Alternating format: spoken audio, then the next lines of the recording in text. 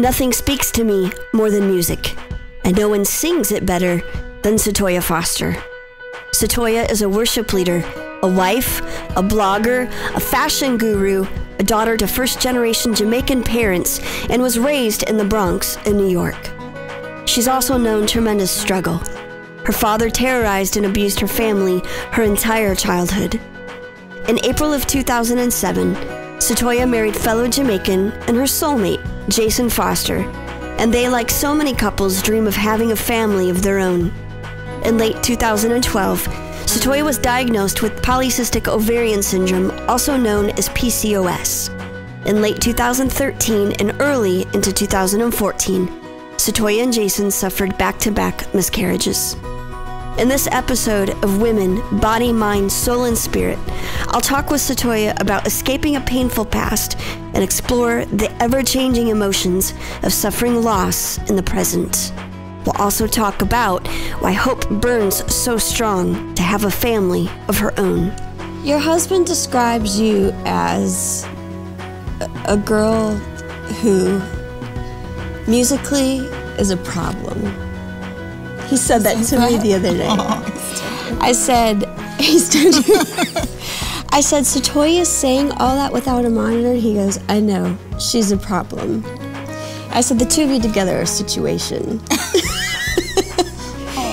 You're fierce.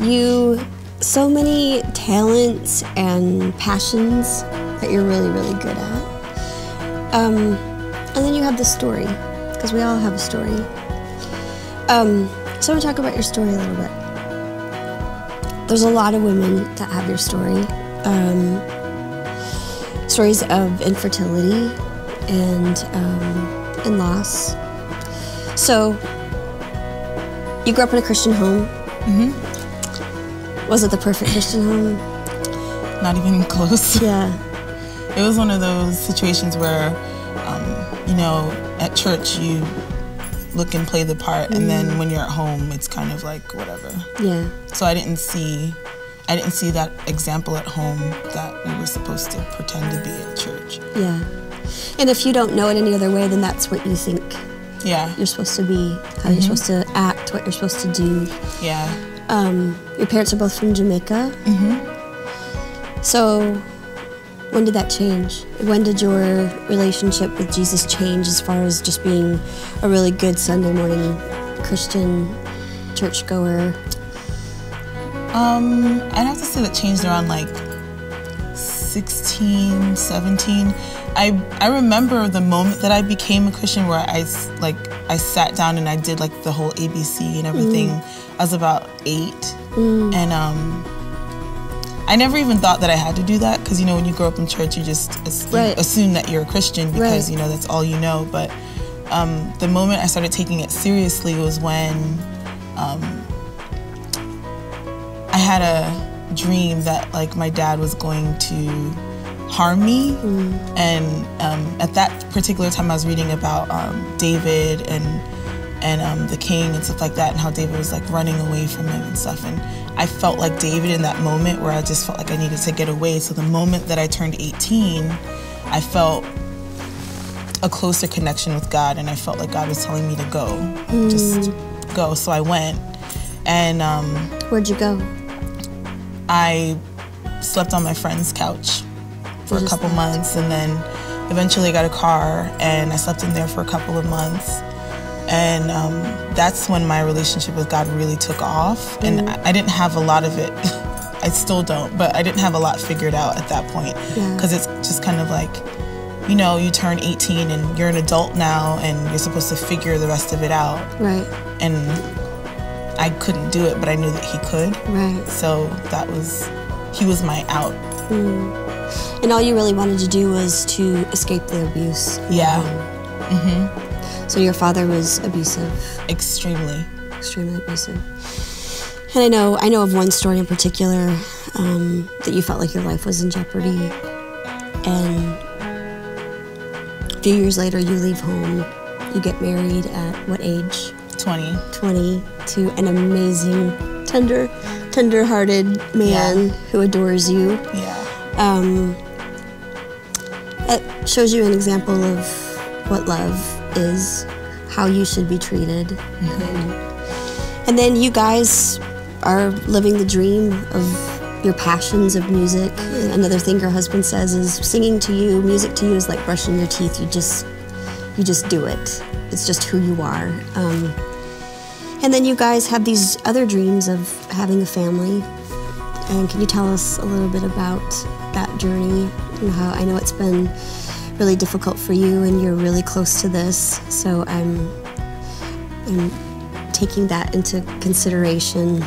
But I also think your story is so important because there's so many women out there that are battling this right now. So thank you for being courageous and brave to go there. But tell us a little bit about your journey. We've been trying for three and a half years at this point, but during the trying, that's when I found out that I had polycystic ovarian syndrome, and one of the symptoms is infertility. So we tried for a long time and nothing happened, and I did all the exercising and all the dieting and everything that I thought I was supposed to do, and then eventually I found out I was pregnant. As a matter of fact, I think that Sunday, that was my anniversary, I was like, Jill, I think I'm pregnant. Yeah. Pray. Yeah. I was like freaking out. Yeah. And then my birthday, like a couple of days later, then that's when I had a confirmed pregnancy test. And I was so happy and frightened because, like, you know, like when something happens that you want to happen and it happens, you're afraid that it could get taken from you, and that's how I felt. And then it ended up being ectopic, and then December 5th of last year, I ended up finding out that I was pregnant again, and I was a little bit more detached emotionally because I was much more afraid, but and then I ended up miscarrying January 10th. So I'm still kind of like... Yeah, it's very fresh. Yeah, because there are moments where I sit down and I'm like, man, I really should be pregnant right now. Yeah. And I'm not, you know, Right. so it's hard to reconcile that. Right. And one of the things that I love is that you actually found the beauty on the outside of it, because I remember you told me that one of your goals that you found that you had written down somewhere or journaled or something, since you can remember being little, was to be pregnant on your birthday by a certain age, right? 27. And that was the day you actually got a confirmed pregnancy. And so I loved the fact that you chose to see that God did answer that prayer, even though it didn't end the way that you wanted it to. Yeah. I think that's such a huge thing to choose, to see the blessings in the midst of the pain and the sadness. So let's educate people, and let's talk about the things that people said to you during your loss. Because this was huge for me. This was huge. It really actually made me stop and think about, wow, have I, in my ignorance, said some of these things to people thinking that this would be helpful things to say. So I really love the fact that you share this, and I want to share this with other people because I think we need to be mindful of what we say to people in these situations. Well, I think generally it's, unless you really have had an encounter with grief, it's hard to know how to deal with it and how to be comfortable in grief and how to deal with someone that's going through it. And I think, well, I've heard things like, oh, well, you're still young, or which has absolutely nothing to do with the fact that I experienced a loss. And I'd hear things like, oh, well, you know, just stop stressing out. Like if you just stop stressing, you'll get pregnant. And that literally is just not how sex works. Right. Like you just, because if that's the case, people would be pregnant just by walking around not doing anything. Like a lot of things need to fall into place. It's actually quite amazing, like the amount of detail God put into how babies are made. But like so many things have to fall into place for that to happen. So me just not stressing out isn't. Yeah. And the fact that like I have to, that on this end of things, I've had to go through some fertility treatment and stuff like that. And monitoring my cycle and taking my temperature every morning and doing all these different things, like that takes a toll. Like it actually is stressful, because I'm like, crap, I need to take my ovulation test. Oh shoot, I forgot to take my medication. So I have like all these timers, like all day, where I have to take medication and a nightly medication, checking things in the morning, and checking my cervical mucus, like things that you don't necessarily do when you're trying to start a family. You just, and all the candles and Sade in the world cannot make that any more sexy or intimate. It's like, hit the lights. Where's my ovulation test? Like, there's nothing sexy about that. Nothing. Well, no, there's not. There's no way to make that. No. I know some of the other things. One of the things I remember that you told me somebody said is, at least you didn't know if it was a boy or girl yet. Yeah. People actually think these things are helpful.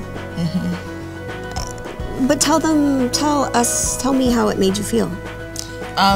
It made me feel discounted. It made me feel like my experience wasn't real, and my feelings weren't real, and they weren't valid. And I would hear that hand in hand with like the question of, and women that have miscarried, especially if you miscarry early, have the tendency to compare to women that have miscarried later, or that have had like losses later on. Right. And if it's early, like, I almost get the feeling of like my pregnancy didn't count because I wasn't as far along as that person, or I didn't know whether it was a girl or a boy yet, so technically like it wasn't. Right. Please join me next time as I conclude my discussion with Satoya Foster on women, body, mind, soul, and spirit.